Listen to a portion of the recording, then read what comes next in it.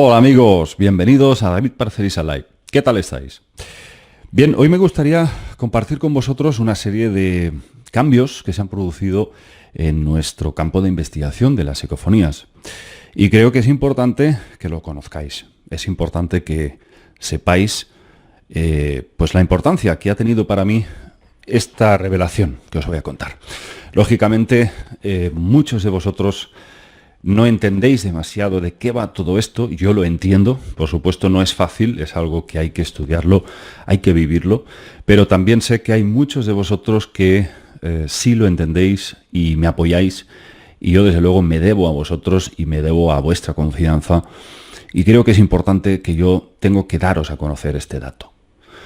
Luego podéis sacar vuestras conclusiones, pero creo que es importante que lo sepáis. Bien, aquí lo que ha sucedido es que ya en las últimas sesiones que yo había realizado en La Guardilla, ¿os acordáis? El foco de manifestación de todas estas psicofonías fascinantes que conseguimos durante 3 años de nuestra vida.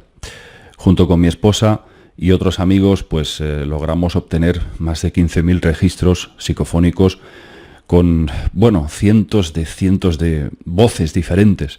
La mayoría, casi os diría el 90%, voces femeninas, voces de mujer y voces de chicas jóvenes, de niñas casi. Voces masculinas muy pocas. Y la única voz extraña, como ya sabéis, extraña me refiero a que no parece tener ni el tipo de timbre ni tono de un ser humano, es la que decía Serenki. Os acordaréis, una voz gutural, cavernosa, muy fuerte. Entonces, bueno, en ese periplo, pues claro, han sido muchos años de experimentación y en las últimas veces que yo había acudido a La Guardilla, que es la parte superior donde vive mi familia, concretamente mi madre, ya habíamos obtenido últimamente voces que nos decían, ya está bien, no volváis.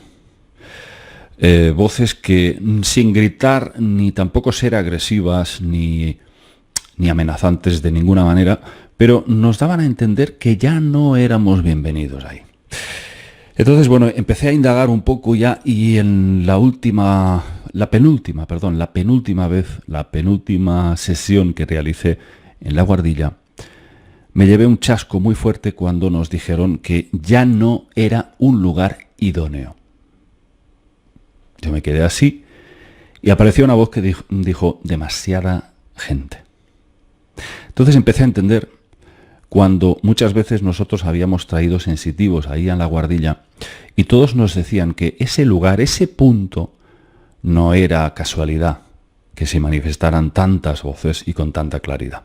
Que es que en ese punto, en ese lugar, había una especie de portal. Y os puedo asegurar que 3 personas diferentes, sin conocerse de nada y en un margen de 10 años de diferencia, todas ellas nos dijeron lo mismo y nos marcaron el punto exacto donde había ese portal cruzando en paralelo desde la puerta de la habitación hasta la puerta de salida. Es decir, estamos hablando de una compleja red energética que parece estar conectada con diferentes planos. Y claro, lógicamente, por muchas entidades buenas, positivas que pueda haber ahí, siempre pueden colarse entidades oscuras o entidades que no son precisamente de buenas acciones. Aparte hay otra cosa ahí muy interesante, y es que ahí viven 2 personas de mi familia. Y esas 2 personas tienen sus vidas y tienen sus problemas y tienen sus cosas como cada uno de nosotros. Yo voy poco ahí. Lógicamente, puede existir una especie de colonia de entidades en ese punto, en ese lugar, con sus actividades, sus cosas, y que uno se presente ahí a hacer preguntas. Quizás no todas las entidades que están ahí, digamos, estarán dispuestas a responder a mis preguntas. Con lo cual empecé a ver que ahí ya les estaba molestando. Las voces amigas, que ya hemos hablado muchas veces de ellas, que son las voces que han demostrado con hechos que sí quieren ayudarnos, ya me advirtieron. Y la última vez que fui me dijeron, David, tenemos que advertirte, tenemos que avisarte. Eso, disculpad, la respuesta literal fue esa, tenemos que avisarte. ¿Qué quiere decir eso? Bueno, pues quiere decir que ellos, las voces amigas, ya no pueden de alguna forma controlar a toda la afluencia de entidades que entran y salen de ese lugar, de ese portal. Con lo cual, yo lo que hago por costumbre es hacerles caso cuando me advierten de algo. Lógicamente, el que avisa no es traidor, ya lo dice el dicho. Así que tengo que deciros que ya vamos a dejar de hacer psicofonías en ese punto. Otra cosa muy interesante que quiero remarcar es que, lógicamente, voy a cambiar de estrategia. Y simplemente lo que voy a hacer, un poco lo que hemos hecho en los últimos meses y que vosotros habéis podido verlo en diferentes reportajes de exploración. Simplemente ir a diferentes puntos. No hacer siempre las psicofonías en un mismo punto o lugar. ¿Por qué? Porque, lógicamente, dentro del fenómeno de las voces acompañantes, estos seres, estas entidades que te acompañan, ya van ahí donde vayas. No importa dónde estés. Ahí están siempre. Yo recuerdo una vez, hace ya pues 4 o 5 años, hicimos una psicofonía y me daba el nombre, una entidad, me decía, soy tal. Que por supuesto no puedo revelar nombres. Es algo que me han pedido muchas veces, ¿no? Yo salía de la guardilla, me marchaba a Barcelona, hacíamos una psicofonía en Barcelona en casa de unos amigos y volvía a aparecer esa voz. Esa voz me había acompañado durante todo el día. Esos son las voces acompañantes, que vayas donde vayas, ahí están ellos, y que reconoces por su tono y timbre, el mismo tipo de voz. En mi caso, os tengo que decir que siempre voy acompañado por una entidad femenina, una voz de mujer adulta, que me ofreció datos muy precisos, me dio su nombre y sus apellidos, y pudimos descubrir que fue una persona que vivió en mi pueblo. Una persona que aproximadamente a finales de los años 50 murió.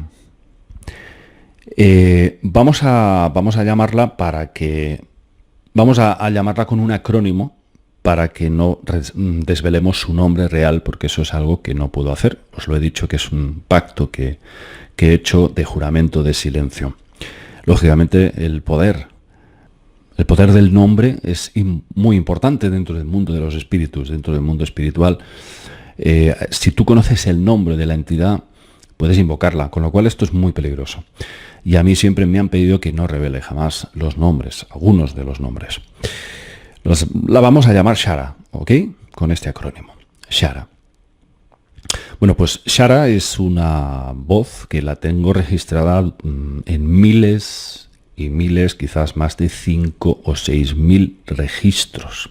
Es más, yo sin muchas veces decir nada, le entregaba a Pedro Amorós, el famoso experto en psicofonías, le entregaba diferentes registros que yo iba obteniendo y yo sin decirle nada un día me dice, David, oye, esta voz ya se repite muchas veces, ¿no? Y yo le digo, claro, es Shara, efectivamente, y es algo que, lógicamente, a base de estudiar y analizar y escuchar, uno llega ya a recordar el timbre, el tono, la manera de pronunciar las palabras y la forma de decir las cosas, ¿no? Entonces, Shara es una entidad muy resolutiva, un carácter muy determinista y que siempre te da respuestas a veces muy radicales. Es una entidad que quizás es más de hechos que de palabras. Asertiva, es decir, siempre te va a dar la clave para que soluciones un problema que tú puedas plantear o te da una opción, pero siempre es muy rígida y muy exigente. No es una entidad que te va a decir mucho, te quiero mucho David, eres un gran amor. No tiene esa dulzura. Sí la tiene, por ejemplo, si ve que estás pasando un mal momento, pues va a mesurar mucho más las palabras y se nota una dulzura y una candidez muy grande, pero su forma normal de manifestarse, su voz, es siempre dura, exigente. Es una voz que va al grano de las cosas, vamos a decir, ¿no? Todo esto lo podemos aplicar a un montón de voces que yo he podido registrar, algunas de ellas masculinas. Recuerdo una vez que me salió una voz de hombre en catalán y me dijo el lugar de donde era y que era un viajante. Era una persona que se ganaba la vida vendiendo pues, para diferentes empresas. Me dio su nombre, me dijo dónde vivía, me dijo que era una persona que, bueno, estaba pues muy curtida en literatura. Y ahí en una ocasión recuerdo que esta voz dijo a un grupo de entidades, les decía, concretamente a una mujer le decía: chata, tienes que leer más. Y la otra le respondía: a mí déjame en paz, que tienes que culturizarte. Y hablaba de libros, imaginaos. Siempre la sensación que uno se lleva con esto es que uno se imagina a los espíritus, a estas entidades, que te van a hablar así con gravedad. No, ellos hablan con naturalidad, como ahora estoy yo hablando con vosotros, con un tono pues muy tranquilo. A veces pueden enfadarse, a veces pueden reírse, a veces pueden incluso tener un estado más parecido a llorar. Pueden conmoverse cuando tú lo estás pasando mal. Es decir, son muy humanas como nosotros, tal como fueron en vida. Y hablan de libros, hablan de que ellos tienen acceso a libros, a literatura. Es algo increíble, increíble. Eso demuestra que la fisicalidad que nosotros aplicamos al mundo que vivimos es también trasladable a otros planos. No tienen por qué ser planos en donde haya una ausencia de esta fisicalidad que contamos aquí. Puede haber bibliotecas, puede haber de alguna forma lo que podríamos decir como bancos de datos, donde están recopiladas pues informaciones, datos. Es un mundo fascinante, amigos, y podría estar horas contándoos anécdotas y experiencias que yo he tenido con estas entidades. Es algo alucinante, pero lógicamente todo tiene su ciclo y parece que ese ciclo se cerró en cuanto a ese lugar, a esa guardilla, ya que nos han dicho que ya no es el lugar idóneo, porque hay demasiada gente ahí, demasiadas entidades, y que ya no se puede controlar la afluencia, entrada y salida. Con lo cual yo prefiero seguir experimentando con las psicofonías, pero desplazándome a diferentes puntos, porque como os digo siempre, las voces amigas siempre te acompañan allá donde vayas, no importa dónde. Aquí dejo el tema, amigos, y a ver si en próximas semanas hacemos alguna salida. No lo sé, porque ya sabéis que a mí el frío me congela bastante, y nunca mejor dicho, me frena bastante para salir a la aventura, ya que me resfrío fácilmente y no me gusta demasiado el frío. Pero bueno, vamos a intentar hacer algo, y quizás con Jack Honor, con Joaquín Piqué y algún otro amigo que quiera acompañarnos. ¿Qué os parece? Vamos a ver en las próximas semanas.